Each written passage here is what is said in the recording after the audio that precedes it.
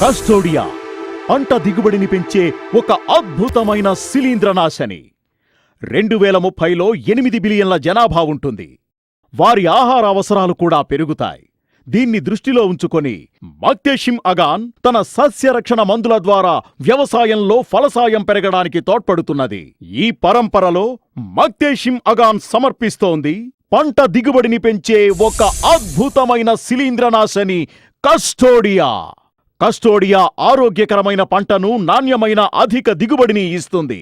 శక్తిశాలి కస్టోడియా దాదాపు వివిధ రకాల తెగుళ్లను సమర్థవంతంగా నిరోధిస్తుంది. కస్టోడియా వలన కలిగే ముఖ్యమైన లాభాలు: ఆరోగ్యకరమైన పంట, నాణ్యమైన అధిక దిగుబడి, వివిధ రకాల తెగుళ్ల నుంచి రక్షణ.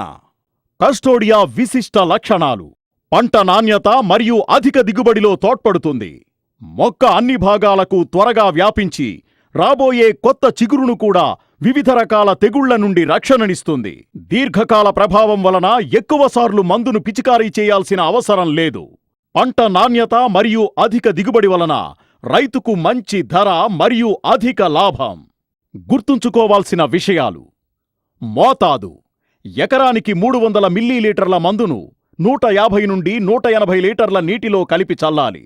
కస్టోడియాను వాడాల్సిన సమయం: వరిలో కస్టోడియాను 2 సార్లు పిచికారీ చేయాలి. మొదటి స్ప్రేను దుబ్బు కట్టే మధ్య దశలో, అదేవిధంగా రెండవ స్ప్రేను చిరుపొట్ట దశలో పిచికారీ చేయాలి. పత్తిలో మొదటి స్ప్రేను విత్తిన 65 నుండి 70 రోజుల మధ్యలో, అంటే పిందె తయారయ్యేటప్పుడు, అలాగే రెండవ స్ప్రేను మొదటిసారి వాడిన 20 రోజుల తర్వాత వాడాలి. అదే మిరపలో అయితే మొదటి స్ప్రేను నాటిన 70 నుండి 80 రోజుల తర్వాత, అంటే పూత దశలో వాడాలి. రెండవ స్ప్రేను మొదటి పిచికారీ చేసిన సమయం నుండి 25 రోజుల తర్వాత వాడాలి. సోయాబీన్ విషయంలో విత్తిన 45 నుండి 50 రోజుల మధ్యలో, అంటే పూత దశలో వాడాలి. కూరగాయలలో మొదటి స్ప్రేను పూత దశలో, రెండవ స్ప్రేను మొదటిసారి వాడిన 20 రోజుల తర్వాత, అంటే కాయ తయారయ్యే ముందు వాడాలి. మగ్నేషియం అగాన్ ఇండియా వారి కస్టోడియా దిగుబడిని పెంచే ఒక అద్భుతమైన శిలీంద్రనాశని. దీన్ని వాడటం వలన పంట ఆరోగ్యంగా ఉంటుంది, నాణ్యమైన అధిక దిగుబడి వస్తుంది.